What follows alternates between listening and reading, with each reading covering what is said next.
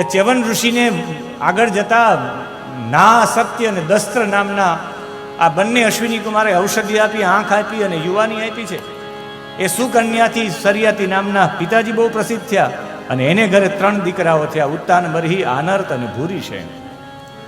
આ શરિયાતીના 3 પુત્ર હતા. એમાં ઉત્તાન બરહી સૌથી મોટો બાળક હતો.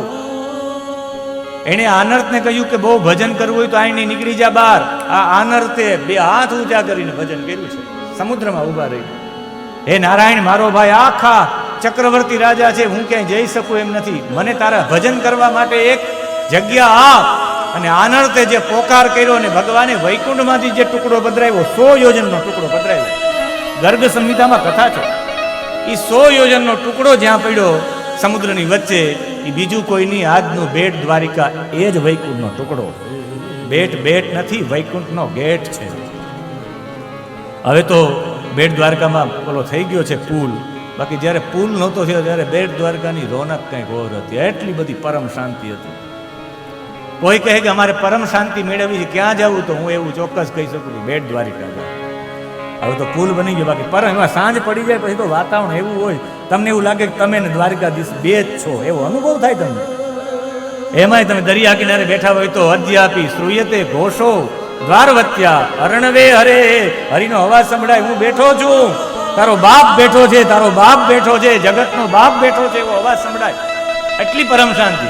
એમાં આજે પણ તમે નીલકંઠ મહાદેવનું મંદિર છે બેટ દ્વારકામાં, એકદમ ખૂણામાં જાવ એટલે પરમ શાંતિનો અનુભવ થાય. અભિયા માતાજીનું મંદિર છે, કંઈક બેટ દ્વારકા જાઓ તો ખાલી દ્વારકાધીશના મંદિરે ન જતા અભિયા દેવીના મંદિરે જાજો, તમને એવું લાગશે કે ઓહો પરમ શાંતિ. એક શંખોલિયા મંદિર છે, શંખ જ્યાંથી શંખો નીકળે છે, શંખોલિયા, પરમ શાંતિ, એક વ્યક્તિ જોવાનો મળે.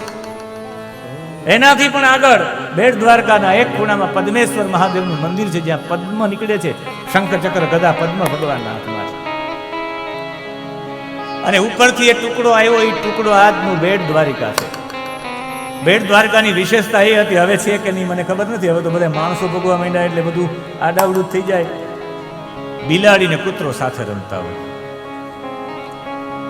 જ્યાં ડોગ, હું એવા સૂત્રો પેલા બનાવતો, જ્યાં વેર નથી ડોગ અને કેટની વચ્ચે, એને કહેવાય બેટ.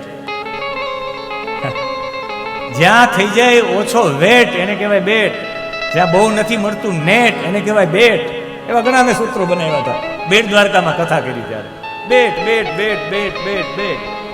હું એવા માટે તમને આ કહી શકું, હું 3 વર્ષ ત્યાં ભણ્યો છું બેટ દ્વારકા પાઠશાળામાં. 1 વર્ષ અધ્યાપક તરીકે પણ મેં ભણાવ્યું છે. મેં અનુભવ કર્યો છે કે બેટ બેટ છે. બેટ બેટ નથી, હું તો કહું નારાયણનું પેટ છે. નારાયણના પેટમાં જેટલી શાંતિ મળે આટલી શાંતિ ત્યાં મળે. અને એ બેટ દ્વારિકા, એ આનર્તે તપ કર્યું એટલે એ દ્વારિકાના પ્રદેશનું નામ આનર્ત પ્રદેશ પડી ગયું. એ આનર્તનો દીકરો રેવત થયો, એને બહુ તપ કર્યું, બધામાં કુશ ઉગી ગયો.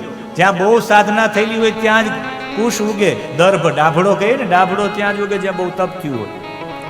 વારાણસીની આજુબાજુમાં એટલો બધો દર્ભ ઉભો થાય. હમણાં શ્રાવણ માસમાં કુશોદની આવશે, જે દિવસે કુશ ઉપાડવાની એક તિથિ આવે, અમાવસ્યા. કુશોદ કુશ ઉત્પાદિની એકાદશી કા અમાવસ્યા આવી આવે, એ દિવસે જ ઉપાડવી જોઈએ. ત્યારે જ દર્ભ ઉપાડવો જોઈએ. દર્ભ ત્યાં જ થાય જ્યાં સૌથી વધારે પવિત્રતા હોય. જે દર્ભ પહેરવાથી પણ પવિત્રતા આવી જાય. અરે એક પણ ગ્રહણમાંથી પડતા એક પણ વિકૃત કિરણો છે એને પરિવર્તિત કરી દે, એ તો દર્ભનો ગુણ છે. એટલે આપણે દર્ભ રાખીએ. એક પણ વિકૃત કિરણો પડવા જ ન દે, આજુબાજુમાં ન આવે. તમે દર્ભની વીટી પેડીને બેઠા હોય તો એક પણ નેગેટિવ ઓરા ન આવે. કોઈ કહેતા હોય ને અમને નબળા વિચાર બહુ આવે, હું એને કહું છું કે દર્ભની વીટીઓ પહેરી લો, વાત પૂરી થઈ. બંને હાથમાં દર્ભની વીટી ધારણ કરો. એટલે આ એને તપ કર્યું, એટલે અહીંયા કુશસ્થલી બની ગઈ, એનું નામ કુશસ્થલી પડ્યું. અને પછી ભગવાન આવ્યા, પછી દ્વારિકા બન્યું, પછી બેટ દ્વારિકા બન્યું, શંખોદ્ધાર બન્યું, ઘણા બધા નામો છે. પણ આ જે પછી એની કકુદમી રેવત થયો, એ કકુદમી રેવત એની દીકરી હતી રેવતી. એના લગ્ન કોની સાથે પૂછવા માટે બ્રહ્માજી પાસે ગયા. બ્રહ્માજીની સભા ચાલતી, નૃત્ય પૂરું થાય પછી કહીએ એ નૃત્ય પૂરું થયા 27 યુગ વીતી ગયા. કહ્યું કે હવે જાઓ તમે લગ્ન કરજો બલદેવજી સાથે. એટલે એ રેવતીના લગ્ન બલરામજી સાથે થયા ને એ ભૂમિ દાઈજામાં મળી દ્વારકાધીશની. આવી રીતે આ મળી છે. એનું પણ એક ચરિત્ર છે